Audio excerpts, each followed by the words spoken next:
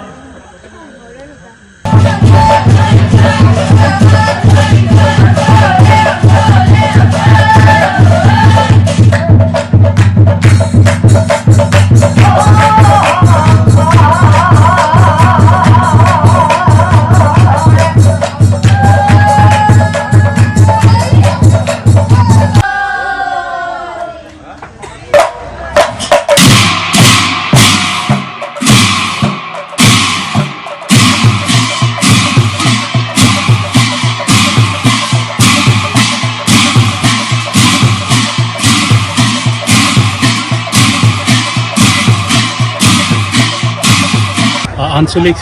সৃষ্টি মা মনসা দেৱীৰ যিটো নেকি পূজা মেৰিকুচিত উদযাপন যে কৰিব লোৱা হৈছে সঁচাকৈ মই খুব ভাল লাগিলে আজি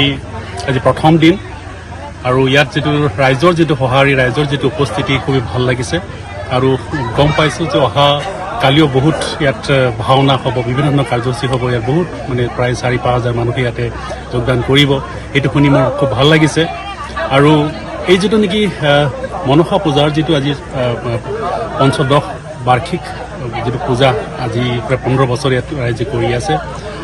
খুব ভাল লাগিছে আৰু আশা কৰোঁ এই অনুষ্ঠানটোৱে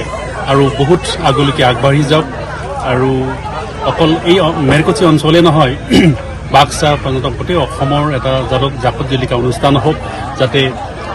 ৰাইজে গম পায় আৰু এই অঞ্চলৰ ৰাইজে যাতে ইয়াত সহায় সহযোগিতা আগবঢ়ায় তাৰ কাৰণে মই চবকে ধন্যবাদ জনাইছোঁ আজি মোক আনি যিটো নেকি ইয়াত সন্মান দিলে মোৰ দ্বাৰা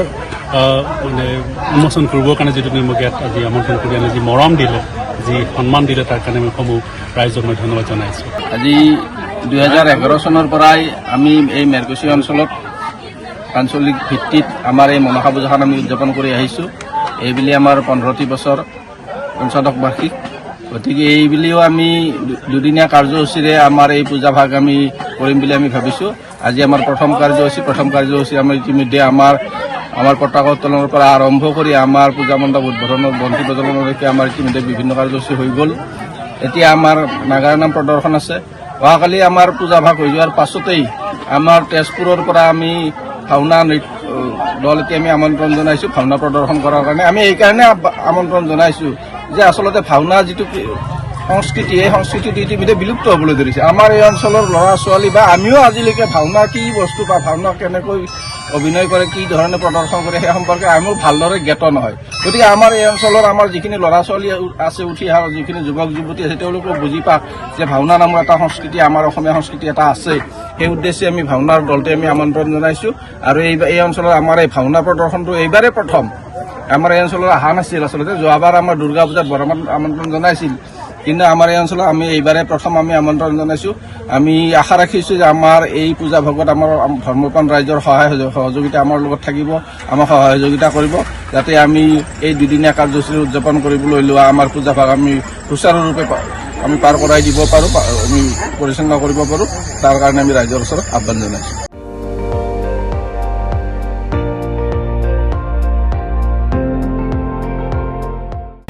আপুনি চাই আছে ND24 সৰ্বশ্ৰেষ্ঠ নহয় সৰ্বোত্তমৰ দৌৰ